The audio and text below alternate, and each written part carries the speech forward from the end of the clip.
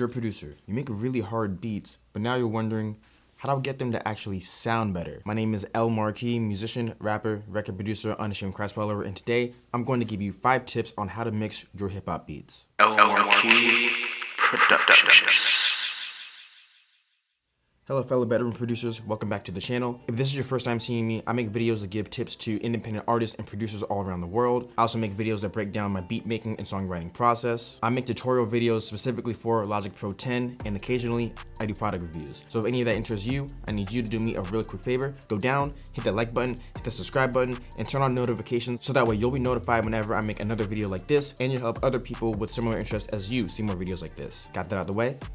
Bet. Let's get into the video. As a music producer, one of the most important skills that you need to have is knowledge of how to mix your own beats, and if you work hands-on with other artists, how to mix their songs. Well, first of all, what is mixing and why is it important? When you mix a beat or a song, essentially you're taking all of the elements within it, such as the lead vocals, the sample or the main melodies and chords, the bass, drums, and making them all sound cohesive together. There are tons of different tools and techniques you can use to accomplish this, and I want to go over a few today. I'm not going to go super in depth with any of these tools, but if you want me to make a dedicated video to any of these tips that I give you today, just let me know in the comment section below. So now I'm going to go switch over to Logic Pro 10, and I'm going to give you 5 tips on how to mix your hip-hop beats. Alright, now we're in Logic Pro 10. I currently have my song Patience pulled up right now, which is available on all major music streaming platforms. You can also click the card in the corner to go check it out right now. So now the first tip for getting good mixes is having good recordings and good samples. Each step of making a beat and recording a song are vital to getting the best sounding song possible. If you slack on any of them, it'll become more difficult for you to get a good mix for your song. For example, if you use poor quality drum samples that don't match the vibe of the beat or just poorly designed, then it'll be hard or maybe even impossible to actually get them to sound good. If you record vocals in an untreated room, don't practice good mic technique, turn the gain knob on your interface way too loud, and don't rap or sing on beat, while there are some ways to actually cover up the flaws in your recordings, it'll be a lot easier to get the results that you're looking for if you just get all these things right out of the gate. It may sound cliche, but the way I think about mixing songs with poor samples and recording is trying to polish a turd. You can put as much soap and perfume as you want on it, but it'll still look, smell, and feel disgusting. In 2021, there are tons of websites where you can find high quality sounds. In fact, I actually made a video where I discussed my top 5 websites for finding high quality samples, so if you're interested in checking that out, you also can go click that card in the corner. Also, there are tons of really nice sounding VSTs that'll help you get the sound you're looking for. Omnisphere, Contact, Massive, Serum, those are some of my personal favorites, and there are tons of other really good VSTs out there as well. If you make beats, it is really important that you invest in high quality drum samples as well as high quality instrument sounds, and if you record vocals or live instruments, make sure that you invest in a decent microphone. Try to get at least a little bit of acoustic treatment done to your room, even if it's something as simple as just using a chaotic eyeball like this, or even record with a blanket over your head, which is actually how I recorded this song. So that way you can minimize the room reflections that get into your recordings and make them sound worse, and take the time to learn proper recording techniques. The next tip that we're going to go over is leveling. Leveling actually makes up the majority of the sound of your mix. Basically, when you're leveling, what you're doing is determining how loud each track in your song or beat is by setting their volumes to the appropriate level. Every element of your beat should not be as loud as the other. Some elements will be the main highlights of the show that people will pay the most attention to, and then other elements are meant to be placed further in the background so they can be more so felt than heard. So I'll play a section of this song just for an example. The song is reasonably minimalistic in comparison to other songs that I personally make myself, but it'll also give you a good idea of what I'm talking about. So let me just play a little section of this right now.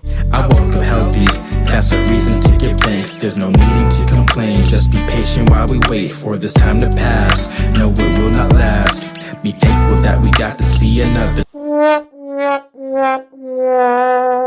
Alright, so now if I focus on the vocals, I have multiple different vocal takes going on over here. I've got these main vocals right here. I've got these over here that are actually singing the same thing, but they're more so placed in the background. And then I also have these harmonies that are also more so meant to be in the background, not necessarily taking up the spotlight. So in fact, let me play this lead vocal by itself just so you can hear it. Woke up healthy, that's a reason to give thanks. There's no needing to complain, just be patient while we wait. And now I'll play these harmonies. Woke up healthy, that's a reason to give thanks. There's no needing to complain, just be patient while we wait for this. So part of the way that I leveled them is that I want this main vocal right here to be the loudest. That's meant to be the main focus, and then all the other vocals around this are more so just meant to complement it, add a bit of feeling. So with these vocals in particular, they are kind of loud, but they're not as loud as the lead vocal right here. So they're more so placed in the background. Also, I have them panned, which I'll go over panning in another moment too. But if I had them at the same volume, they'd all be fighting and clashing for the same space. Another example will be these guitars that I have playing. So I have these two guitars are the main ones.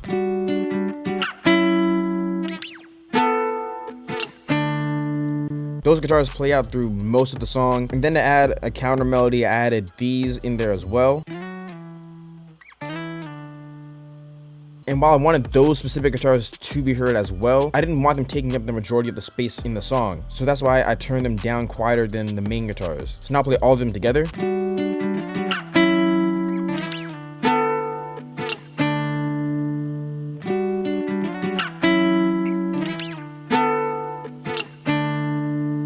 So if you're listening closely, the main guitars should sound louder than the melody guitars. And similar to the vocals, I have them set that way so that the main guitars are the ones that are in the main focus. Those are the elements that I wanted to get the most attention. And then the melody guitars, they add more depth to the beat itself, but they're not the main focus, so I just turn them down so that they're quieter. Another tip is that normally when I'm mixing a song or a beat, I'll use at least one other, if not multiple songs as a reference. So in fact, I'll open up Ozone really quick to show you. So right now, if we look down here, I can't play it because of copyright reasons, but while I was mixing the song, I was actually referencing Tribe by Bass with J. Cole, as well as Element by Kendrick Lamar. So when you're choosing a song to reference, first of all, the purpose of using a reference is to compare your mix to the sound of someone else's song. Usually it's something that's been professionally mixed, has a sound that you like and that you're going for, and also has a similar vibe and ideally a similar tempo to the song that you're working on as well. So one of the reasons why I actually referenced Tribe by Baz was because it's another song that's pretty minimalistic as well. It also features an acoustic guitar similar to how this one does. And periodically while I'm mixing my song, I'll just flip back and forth between my song and the reference to compare the levels of our instruments. So I'll compare how loud my kick drum sounds in comparison to the one in Tribe, or I'll compare how loud my bass is in comparison to the bass I was using Tribe. While you don't need to make them sound exactly like the other, using reference tracks can let you know if you're going in the right direction. Also, when you're mixing, you should leave some headroom on your master channel. So actually, let me bypass all of this. So now that I bypassed the plugins on my mastering channel, let's see if I left any headroom on the master channel.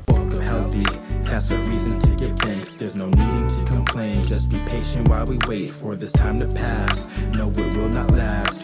So as you can see, it was pretty much between -3, -2.8 at the loudest. When I mix, I usually aim between -3 and -6 dB of headroom. When you mix, you usually don't want your mixes to go above 0, because when they do, that's when they're clipping, that's when they're distorting. And then when you export them and play them on other speakers, they're not going to sound super nice. I usually aim between -3 and -6 dB because that's quiet enough to not distort, but also not so quiet that you need to push your limiter super hard when it comes to mastering your song. But as long as your mix is below 0, you should be good to go. And the other technique that I mentioned that I also want to briefly go over is panning. When you're listening to music on headphones or stereo speakers, do you ever notice how certain elements seem to be louder in one speaker than the other? Or if you remove one of your headphones, some of the instruments just magically disappear? That's the result of panning. When you pan an instrument, you're determining how loud you want it to be in either speaker. You can pan it partially to one side or the other, or pan it all the way to one side and have it disappear from the other. An example of this panning technique would actually be to pay attention to the guitars. So as you can see here, instead of having them both come down the center, I actually have them coming out of the sides. This is coming out the right, this is coming out of the left, just to make them sound wider. So I'll just solo one of them right now. Here's what this guitar would sound like if it was just coming down the center. Ideally, you should listen to this on either headphones or stereo speakers just so you can really hear this effect. So here's what this guitar would sound like if it was just coming down the center.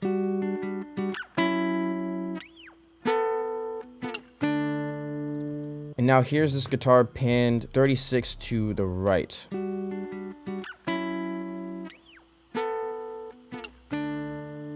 So the difference between the two now is that you can still kind of hear the guitar in your left speaker or left headphone, but it's louder and more dominant in the right. And the purpose of panning different elements within your song is to make it sound wider. If everything is coming down the center, everything will pretty much be fighting for the same space, and your mix is just going to sound really narrow. Whereas if you pan certain elements such as guitars, some of your background vocals, I pan these mallet sounds that play in the chorus, your song's gonna sound a lot bigger. When you listen to it on headphones, it'll give it this 3D sounding effect where it sounds like you're inside of the song itself. And personally, that's the sound that I like. So to wrap up this tip, if you level out your beats, choose which sounds need to be prominent in the mix and which ones need to be more so in the background, and also mess around with panning, these techniques alone will get you a really good mix. All right, the next tip that we're going to go over is EQ. EQ is one of your most important tools. EQs or equalizers are used to cut or boost frequencies in order to give each element its own space in the mix and balance the frequency spectrum of your song. Each element in your track takes up a different section of the frequency spectrum. For example, so kicks and basses typically usually dominate the lower frequencies. Lead vocals, guitars, pianos, and lead synths usually dominate more so the mid frequencies, and cymbals, bells, and other brighter sounding instruments usually dominate high frequencies. And normally all of these elements actually bleed into each other. So now I'm going to pull up this kick. I'm actually going to pull up a different equalizer just so you can really see how it's showing up on the frequency spectrum. So pay attention to this while I play the kick.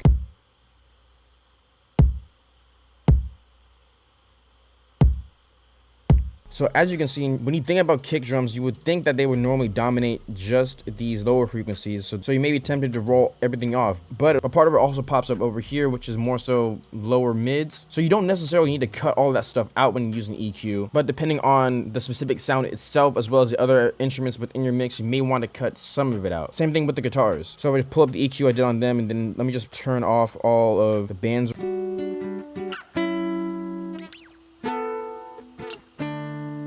So when I recorded the guitars, I actually did roll off some of the low end in them, just so there wouldn't be as much to clean up in the mix itself. And then what I did was I just took out more of that low end so I could give room for the bass and the kick to shine, as you can see over here. And then I took out a few other frequencies that I didn't necessarily need in this guitar. So by reducing these frequencies, specifically the low end over here, that gives more room for the kick and the bass to shine, and it helps blend each instrument within the song together more cohesively. So if you're just looking for somewhere to start right now before you get a really good ear for using the EQ, this band right here, this is called a high pass filter. Usually you want to add this to most of the instruments within your song to roll off some of the lower frequencies to make your overall song sound less muddy and also give room for your bass to shine. So as you can see on this guitar, I rolled off all that low end. These mallets, I also rolled off all that low end. This clap, also rolled off that low end. You don't always have to do this, but I also rolled off a little bit on the kick as well. Not a lot, but a little, because in the super low frequencies, I just really wanted that bass to shine. You don't always have to do that. That's just something that I decided to do for this mix in particular. So if you're just looking for somewhere to start right now, I would definitely start off with that. This song isn't the best example just because I don't have too many different tracks playing at the same time, but you can also use EQ just to cut out certain frequencies that clash with each other in other similar instruments. So for example, if you have a grand piano and maybe an electric piano or a pluck both playing at the same time, they may be taking up similar frequencies and clashing with each other and sounding muddy together. So if you want a bit more separation between them, one thing of course would be you could pan them. And then if you want a bit more separation, what you could do is you take one of the bands on the EQ, sweep it around and find a tone that you like in it, and you could boost it in one of those instruments, and then you could take that EQ with the other track that's also taking up a similar space, and then you can cut it in that band, and that should give them a bit more separation. Once again, you don't always have to do this. There are no real rules when it comes to mixing. These are just a few things that I like to do. So you really won't be a master at using EQ straight out the gate, but the more you practice using it, the more your ears and skills will develop. The next tip and tool that I want to go over is compression. Compression is used to control the dynamic range of an instrument. Things like vocals and live instruments have points where they're quiet, loud, and everything in between. So those points where they're quiet and loud, those are called dynamics. So you'd use a compressor to even out their dynamic range. And you don't have to use a compressor on every instrument in your song. For example, a lot of hip-hop drum samples are already heavily compressed, so you could add a little more compression to them if you want to get a little more punch out of them. But adding a lot may be unnecessary and excessive, and you may do more harm than good depending on the sample you used and the sound that you're going for. Depending on the compressor that you actually use, you'll have some of these typical knobs such as threshold,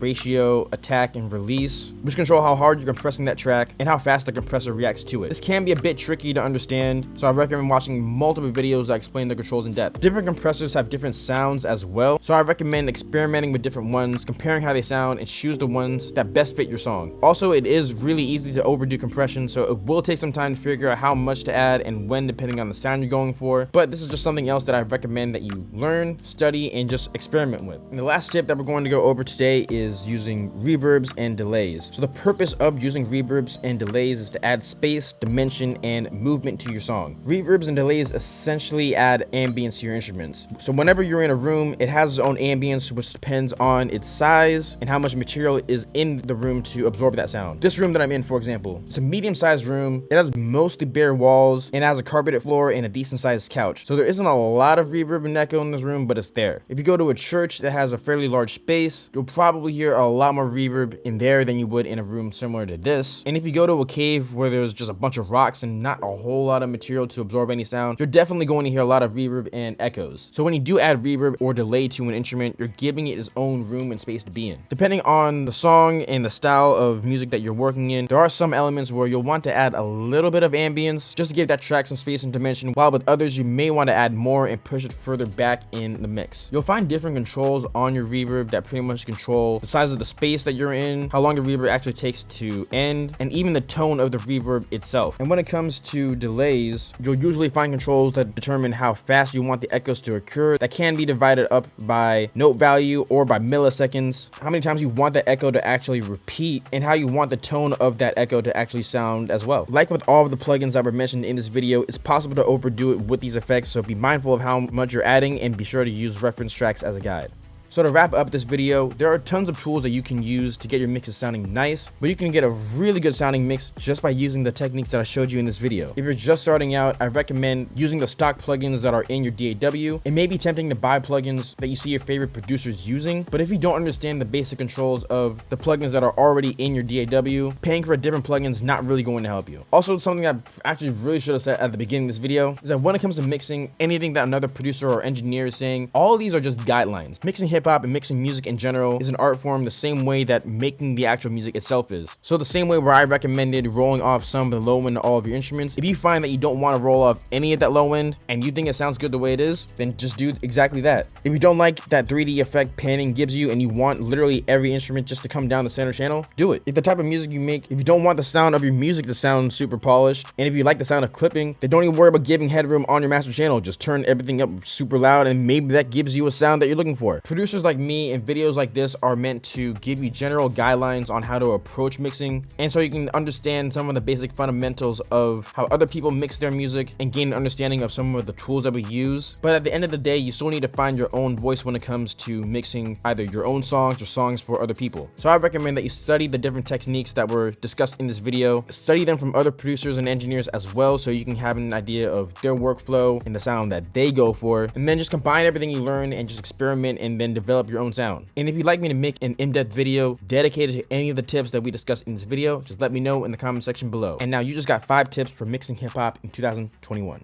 Thank you for watching this video. If you like what you've seen today, please give this video a thumbs up and subscribe to this channel and turn on notifications so you know whenever I upload new videos. Also be sure to visit my website, lmarquisproductions.com, where you'll be able to check out my music, my beats, my sample kits, my merchandise, and my mixing, mastering, and consulting services. And go down in the comment section below and let me know what are some other mixing tips that you would like me to cover, and let me know if you have any questions about mixing in general. My name is L Marquis Productions. God bless. I woke up healthy, that's a reason to give thanks. There's no needing to complain, just be patient while we wait for this time to pass. No, it will not last. Be thankful that we got to see another day.